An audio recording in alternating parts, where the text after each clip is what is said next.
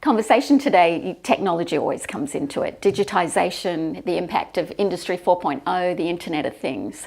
At Proudfoot, we often get into the conversation about what's the real impact of technology and how can you leverage it. So that intersection between people and technology, and then carry that thought forward, and it becomes the conversation about jobs, right? Everybody talks about technology and the impact on jobs.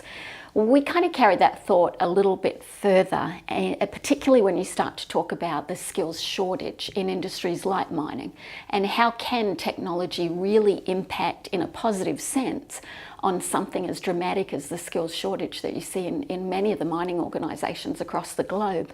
So if again you carry that thought even further, you start to say, where can we automate? Where can we bring technology to answer the problem, or to address the problem of that skills shortage?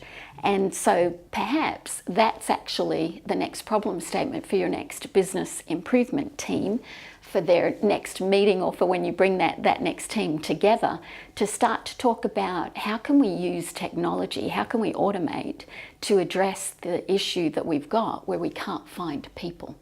So if you again dig into that and unpack that thought even more, you start to think, how do we actually map that out? How do we get out there and take a look at our business world, at our operations, and try to identify those spots? In the old world, you would have said, let's do business process mapping. Let's process map and find the points of automation. We would actually encourage you to step a little bigger than that. We would ask you to talk about aerial mapping. So with planting that seed, and without going into it anymore now, I'm going to invite you to take a look, take the time to read a great piece that we've put together on what's aerial mapping and how does it relate to the whole skills shortage that's out there today.